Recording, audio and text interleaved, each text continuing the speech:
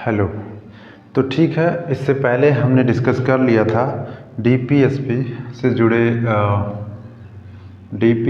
जुड़े जितने भी फैक्टर्स हैं, जैसे कि डीपीएसपी क्यों ज़रूरी है, डीपीएसपी के जो फीचर्स हैं वो क्या है, डीपीएसपी के हमने अलग अलग कैटेगरीज डिस्कस कर लिए थे। सोशलिस्ट कैटेगरी या सोशलिस्ट प्रिंसिपल, गांधीयन और फिर लिबरल प्रिंसिपल हमने डिस्कस कर लिया। हमने कुछ चीज़ें जो डिस्कस नहीं की वो ये था कि यूटिलिटी क्या है, इसकी उपयोगिता क्या है हमारे डीपीएसपी की। डीपीएसपी अगर मतलब कि हमने क्रिटिसिज्म में देखा था कि लोगों ने कहा कि ये मतलब इसके पीछे कोई लीगल फोर्स नहीं है, कोई भी मतलब कॉन्स्टिट्यूशन में जस्ट ये एक मॉरल ऑब्लिगेशन की तरह था, है ना, स्टेट के लिए। तो मॉरल ऑब्लिगेशन हमारी पॉलिटिक्स पार्टीज और पॉलिटिकल लीडर्स जानते ही हैं कितना मॉरल होते हैं। तो मॉरल ऑब्लिगेशंस के अलावा कुछ नहीं था, तो लीगल फोर्स नहीं था, इलॉजिकली अरेंज्ड थे, मतलब कोई स्ट्रक्चर नहीं था। तीसरा इन्होंने कहा कि दिस इज़ सो ओल्ड। उन्होंने कहा कि आज की 21st सेंचुरी के जो आदर्श हैं उनके अकॉर्डिंग मैच नहीं करते। इनके जो सपने हैं वो बहुत पुराने हैं, फोबियन सोसाइटी की इन्होंने सोशलिज्म की बात की, जिसमें कि सोशलिज्म नाम का कोई चीज़ नहीं होता। तो इस तरह से इन्होंने क्रिटिसिज्म किया। अब इन क्रिटिसिज्म के बावजूद भी हम देखते हैं कि यूटिलिटी क्या है। ये डीपीएसपी किसी अपेंडेज की तरह नहीं है, ये किसी एक बाहरी तत्व या फिर बेकार तत्व की तरह नहीं है। डीपीएसपी की बहुत सारी यूटिलिटीज़ हैं, जिनमें से कि डीपीएसपी कॉन्स्टिट्यूशन खुद कहता है कि डीपीएसपी हमारे गवर्नेंस में एक फंडामेंटल रोल प्ले करता है। इसके बिना ये हम संभव नहीं समझते। और फिर कहते हैं कि this is life giving provisions है हमारे कॉन्स्टिट्यूशन के लिए। अगर ये प्रोविजंस ना हो तो हमारे स्टेट को, एग्जीक्यूटिव को डायरेक्शन नहीं मिलेगा कि करना क्या है। तो ये बहुत ज़रूरी है। जब हम कहते हैं ना कि हम अपना उद्देश्य तय करते हैं और उद्देश्य लिखा ही ना हो तो हम फिर उद्देश्य फॉलो क्या करेंगे, है ना। तो ये सारी चीज़ें। उसके अलावा यूटिलिटी में लोगों ने कहा, और भी बहुत सारे लोगों ने कहा, जो भी इमिनेंट जूरिस्ट थे, पॉलिटिकल एडवाइज़र थे, उनमें से MC चागल हैं, जिन्होंने कहा कि उन्होंने कहा कि अगर इन्हें एक CJI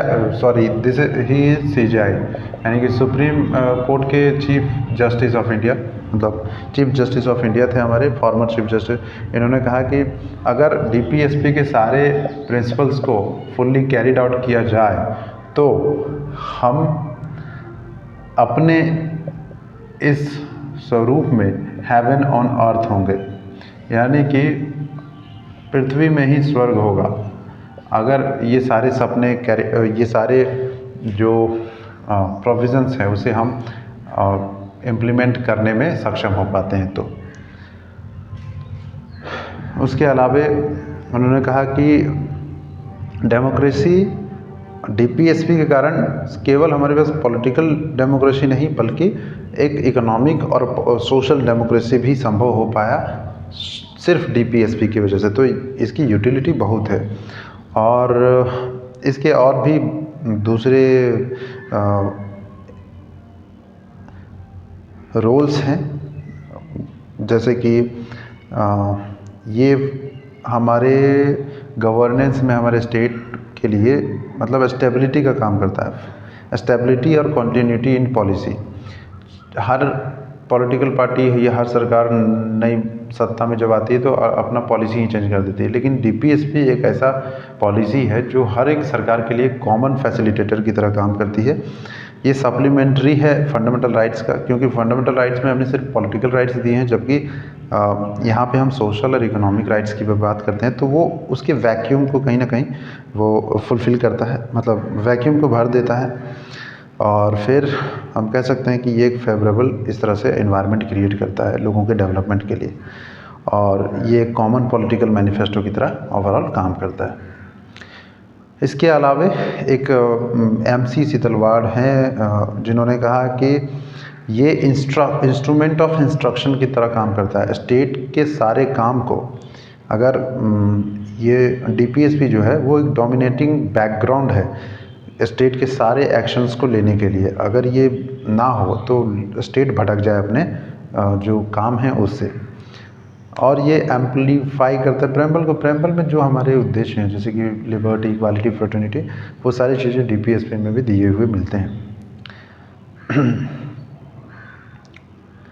तो ये हुआ हमारा यूटिलिटी। इसके अलावे जो हम अब पढ़ेंगे वो पढ़ेंगे हम conflict between fundamental right and DPSP। Conflict between fundamental right and DPSP। DPSP और फंडामेंटल राइट के बीच क्या कॉन्फ्लिक्ट है, अगर ये हम जान जाएं। जैसे कि फंडामेंटल राइट बढ़ा कि DPSP बढ़ा। तो ऐसा हुआ कि पहली बार जब 1951 में एक केस आया उसमें कहा गया कि DPSP में संशोधन के लिए पार्लियामेंट फंडामेंटल राइट में भी संशोधन कर सकती है, उसे अब्रिज कर सकती है या फिर छीन सकती है हमसे। तो उसके पश्चात पार्लियामेंट ने कई संशोधन किए, उसमें उन्होंने फंडामेंटल राइट को छीनने की भी कोशिश की और आर्टिकल 31C इंट्रोड्यूस किया।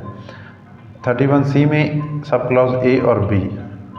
तो फिर सुप्रीम कोर्ट ने अपने रिटेलिएशन में अपने जवाब में कहा कि 31C का B जो सब क्लॉज है वो इनवैलिड होगा क्योंकि ये फंडामेंटल फीचर्स को अफेक्ट करता है, जो कि है जुडिशियल रिव्यू अंडर आर्टिकल 32। और इसके सब क्लॉज 1 को वैलिड रहने दिया। हालांकि बाद में and of the day supreme Court ने कहा कि ना तो हम फंडामेंटल राइट को ऊपर ठहरा सकते हैं ना तो DPSP को। उन्होंने कहा कि दोनों के बीच हार्मोनी होना ज़रूरी है और हार्मोनी और कोऑपरेशन से ही इसकी आत्मा बनी रह सकती है। इसका जो एसेंस है वो हमारा कॉन्स्टिट्यूशन का बना रह सकता है। कई बार क्योंकि उससे पहले हुआ था कि जब फंडामेंटल राइट को DPSP से ऊपर रखा गया और DPSP को 1-2 बार फंडामेंटल राइट से ऊपर रखा गया, लेकिन अपने कई फैसलों में सुप्रीम कोर्ट ने इसे end of the day equalise करने की कोशिश की, दोनों के बीच हार्मोनी और इक्विटेबल जस्टिस और डिस्ट्रीब्यूशन इस तरह की चीज़ें लाने की कोशिश की ताकि दोनों में कॉन्फ्लिक्ट कम से कम हो। अब एंड ऑफ द डे जो मेन मसला था वो ये है कि DPSP हमने पार्ट 4 में रखा और अगर उनमें से वो जस्टिसेबल नहीं है तो फिर मेन मसला तो यही है कि स्टेट उन पर काम करे। काम करने का मतलब है कि उन पे एक्ट्स बनाए, पॉलिसीज़ बनाए, लॉज लाए, है ना। तो वो सब काम किया कि नहीं स्टेट्स ने पिछले 70-80 सालों में, ये हमें देखना है। तो इसके लिए हम डिफरेंट लॉज को खंगालेंगे, पॉलिसीज़ को खंगालेंगे, कम्युनिटी डेवलपमेंट प्रोग्राम्स को देखेंगे कि सरकार ने एग्जीक्यूटिव और फॉर्मेशनल वे में क्या क्या काम किया। तो इम्प्लीमेंट्स ऑफ डायरेक्टिव प्रिंसिपल्स में हम देखते हैं कि उन्होंने क्या क्या काम किया। तो इसके लिए हमारी सरकार ने बहुत सारा काम किया है, ऐसा नहीं कि नहीं किया। उन्होंने सन 1950 में सबसे पहले तो प्लानिंग कमीशन लाया। प्लानिंग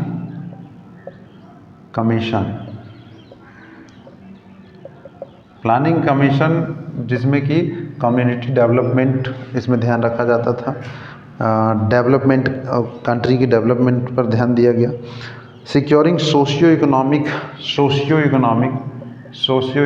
डेवलपमेंट पर इस पर ध्यान दिया गया प्लानिंग कमीशन के माध्यम से, है ना, जिसकी स्थापना 1950 में ही हो गई थी। और ये किसके मद्देनज़र किया गया? इसी DPSP के मद्देनज़र किया गया कि ये राज्य का कर्तव्य है ना। और ये नीति आयोग में बदल गया, नीति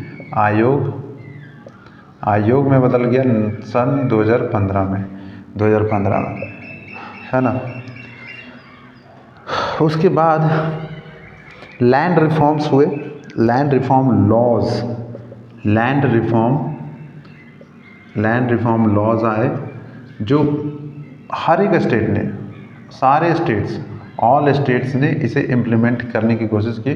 डिफरेंट एक्ट्स लाए इसके लिए, और उन्होंने almost all states have passed land reforms laws to bring changes in the agrarian society and abolition of intermediaries like the zamindar, jagirdar, इनामदार्स। ये जो प्रथाएं हमारे ब्रिटिश काल में चलती थी।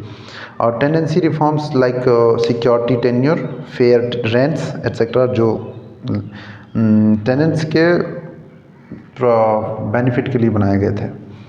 और distribution of surplus land among the landless labourers, जिनके पास ज़मीन नहीं, उन्हें ज़मीन देने के लिए भी हमने कई कानून बनाए और उसके लिए कई नीतियाँ भी चलाई।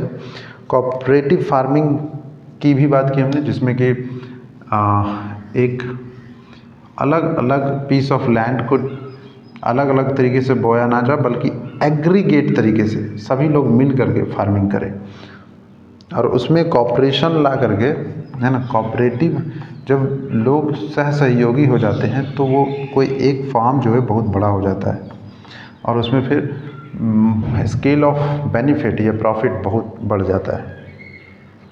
इसके अलावा ढेर सारे एनैक्टमेंट्स हुए, जैसे कि minimum wage act 1948, payment wages 1936, bonus act 1965, and then contract labour regulation and abolition act 1970, child labour prohibition and regulation act 1986, bonded labour act 1976, trade union act 1926, factories act 1948, mines act 1952, industrial disputes act 1947, women's compensation act 1923 and so on. ये सारे laws जो लाए गए वो weaker section, ये जो labour section है उसके इंटरेस्ट में लाए गए, उनके बेटरमेंट के लिए ये लॉज लाए गए। तो ये सारे जो हैं वो डीपीएसपी के ही सोशलिस्टिक पैरामीटर्स को दर्शाते हैं, खास करके डीपीएसपी के सोशलिस्टिक पैरामीटर, जिसमें कि हमने जो डिवीज़न या हमने जो क्लासिफिकेशन किया उसमें से सोशलिस्टिक पैरामीटर, सोशलिस्टिक कैटेगरी वाले में से आते हैं ये सब। उसके अलावे 2016 में हमने child labour prohibition and regulation act लाया 1986, जिसका नाम बदल करके 2016 में ही basically child adolescent labour prohibition regulation act 1986 कर दिया। तो बहुत ज़्यादा कन्फ्यूजन नहीं, ये सारी चीज़ें याद रखने वाली चीज़ है, पढ़ने वाली चीज़ है, इसमें समझना कुछ नहीं है, इसके प्रोविजंस देखने और उसके अनुसार क्या सज़ा है क्या नहीं है वो देखना है। And the maternity benefit act 1961 आया, इक्वल रिम्यूनरेशन एक्ट, मतलब समान वेतन का हक जो है 1976, जो कि विमेन वर्कर्स के बेनिफिट के लिए या उनको ध्यान में रखते हुए बनाया गया। अक्सर ये मामला आता था कि जो वुमेन सेक्शन ऑफ लेबर हैं उन्हें कम पेमेंट दिया जाता था, या फिर बेगार की समस्या थी। इस तरह की चीज़ों को निपटने के लिए ये डीपीएसपी के जो लॉज हैं, डीपीएसपी जो पॉलिसीज़ हैं, उन्हें इनेक्ट करना या उन्हें इम्प्लीमेंट करना बहुत ज़रूरी माना गया और देखा गया, तो इसलिए हमने इसे किया भी। Various measures have been taken utilise the financial resources for promoting common good. Financial resource को यूटिलाइज करने के लिए भी हमने बहुत सारी चीज़ें की, जैसे कि nationalisation of life insurance company 1956 में हमने किया। बैंकों का 14 मेजर बैंकों का हमने नेशनलाइजेशन किया 1969 में, ताकि लोगों को बेनिफिट मिल सके। फिर हमने जनरल इंश्योरेंस का नेशनलाइजेशन कर दिया 71 में, और फिर प्रिवी पर्स, जो स्टेट्स को अलग से फंड दिए जाते थे, एक तरह के प्रिविलेज था उन स्टेट्स में जो प्रिंसले थे उन्हें दिए जाने वाला, तो उसे बंद कर दिया गया ताकि फंड्स का मिसयूज़ ना हो। हम कह सकते हैं कि जो फाइनेंशियल इंस्ट्रूमेंट्स थे, फाइनेंशियल रिसोर्सेज थे, उन्हें अनइक्वल तरीके से डिस्ट्रीब्यूट ना करने की दिशा में ये एक बहुत अच्छा कदम था।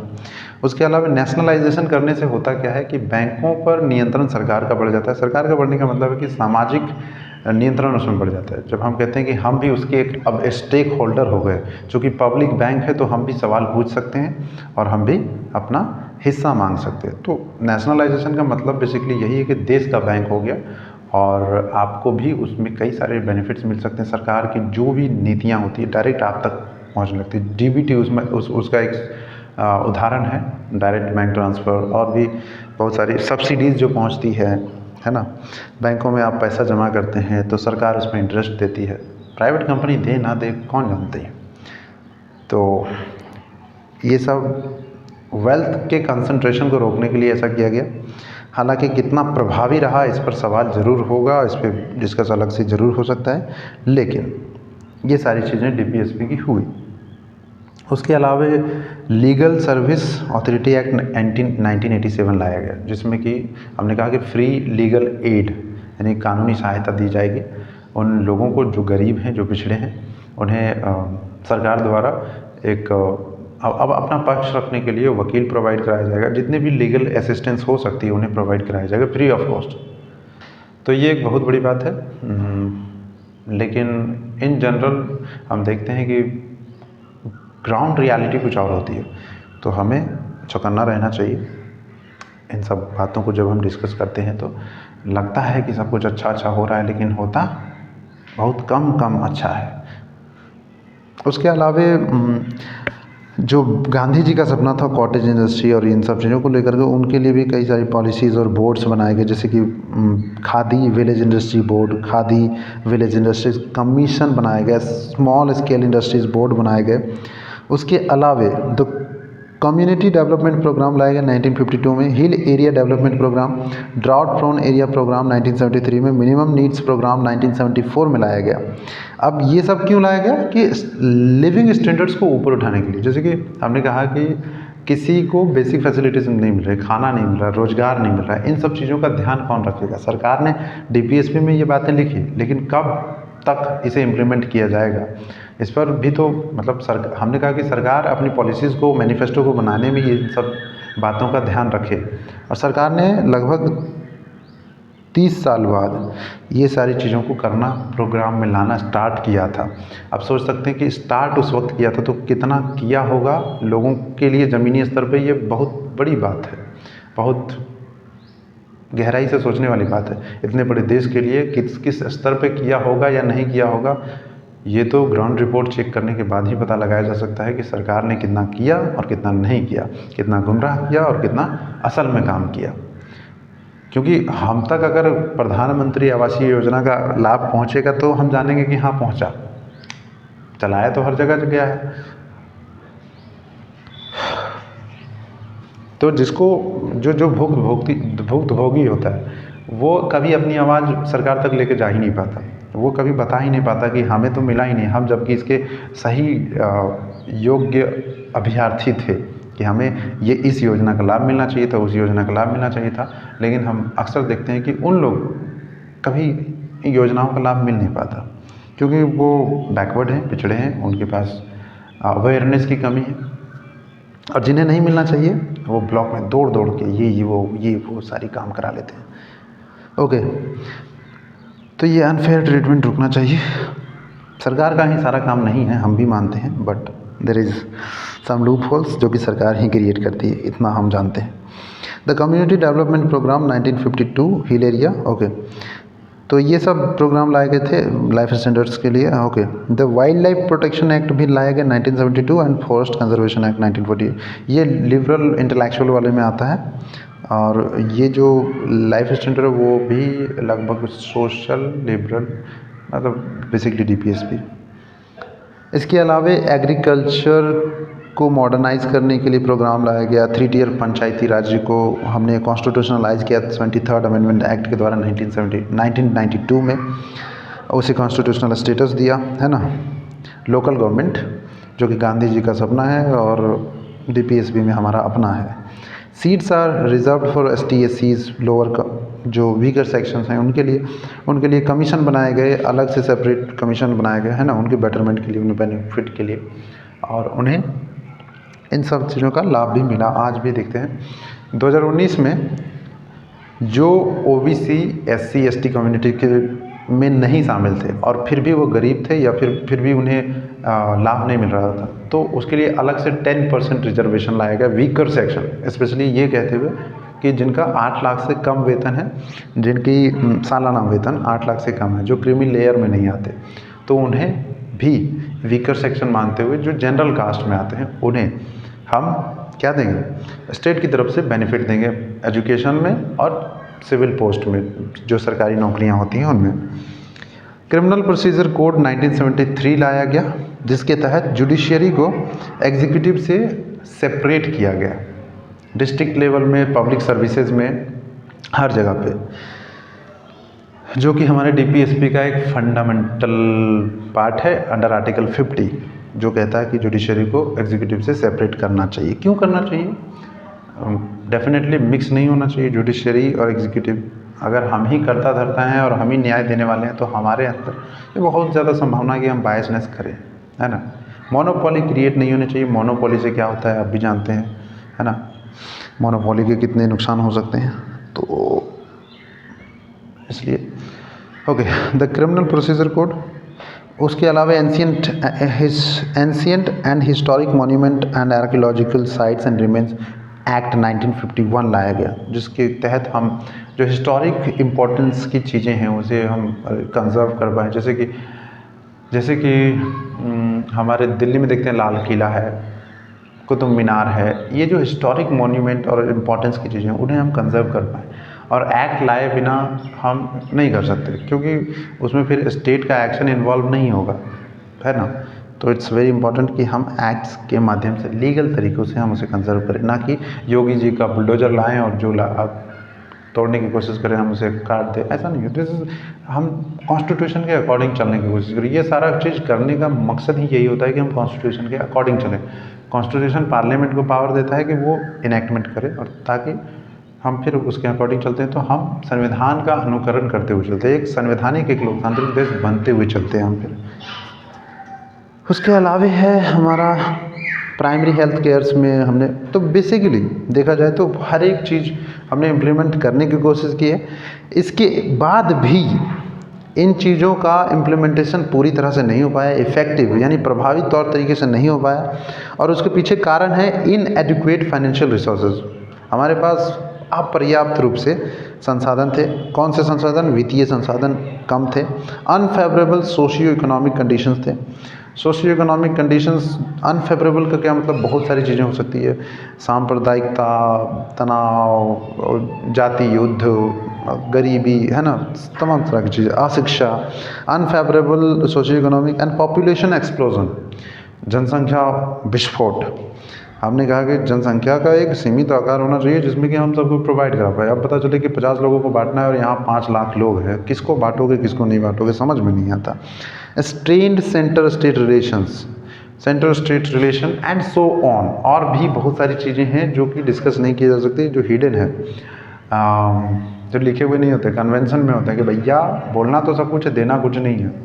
तो उन सारी चीज़ों को भी हम देखते हुए कह सकते हैं कि डीपीएसपी को पूरी तरह से उन कारणों की वजह से इम्प्लीमेंट नहीं किया जा सका, this is my first lecture in DPSP, है ना। एंड आई होप कि I would continue my lectures in DPSP, even not just DPSP but all the section of polity, it means polity, economy, whatever the UPSC level, I could study so deeply, and not just study but understand all those concepts and facts also, so that I could discuss in thorough manner, deep manner. I could continue in so fluent manner. What I am trying to say that I must not hesitate to discuss everything. I must be able to understand, I must be able to convey all the sentences purely and correctly, so that my discussion would be very quite enough and good. उसके अलावा छोटा सा है कि directives outside part 4, और भी ऐसे directives हैं स्टेट के लिए जो पार्ट 4 से बाहर हैं, जैसे कि आर्टिकल 36 से लेकर के 51 के बाहर के आर्टिकल्स जो कि स्टेट्स को डायरेक्शन देते हैं कि ये काम करना चाहिए स्टेट बाबू। स्टेट का डेफिनेशन क्या है, आर्टिकल 12 और 36 में दिया हुआ है, उसे हमने पहले डिस्कस किया हुआ है, ठीक है। नाउ तो स्टेट का जो आउटसाइड क्या है, उसमें क्या कहते हैं कि development of Hindi language. Union का ये कर्तव्य होगा कि वो हिंदी लैंग्वेज को प्रमोट करे, डेवलप करे, उसके एक्सप्रेशन को, कंपोजिशन, कल्चर को जोड़ने की कोशिश करे, हिंदी लैंग्वेज के माध्यम से हिंदी लैंग्वेज को प्रमोट करे। ये है under article 351 in part 17 in part 17। उसके अलावा है इंस्ट्रक्शन इन मदर टंग। कहा है कि हर जो भी लोकल कम्युनिटी है उन्हें अपनी मातृभाषा में सीखने का अधिकार है। वो शिक्षा ग्रहण कर सकते हैं अपनी मातृभाषा में, चाहे जो भी उनकी मातृभाषा। हम जानते हैं कि भारत में 1600 से भी अधिक भाषाएं या फिर बोलियां बोली जाती हैं, दोनों मिला दे तो आप समझ सकते हैं, एक हिंदी, इंग्लिश, पंजाबी, उर्दू, ये सब कुछ प्रमुख भाषाएं हम जानते हैं, बाकी कितनी सारी भाषाएं जिनका हम नाम भी नहीं जानते। तो उन भाषाओं में भी उन्हें अपनी जो शिक्षा है वो ग्रहण करने का अधिकार है। हम इस तरह का कुछ प्रोविज़न बनाएं कि उस पर्टिकुलर कम्युनिटी अपनी उस पर्टिकुलर भाषा में कम से कम एक प्राइमरी लेवल तक अपनी ही भाषाओं में डिस्कस कर पाएँ। तो ये सारी चीज़ें हैं। बाकी SC और ST के लिए भी कुछ कहा है, जो भी है अंडर आर्टिकल 335 देख।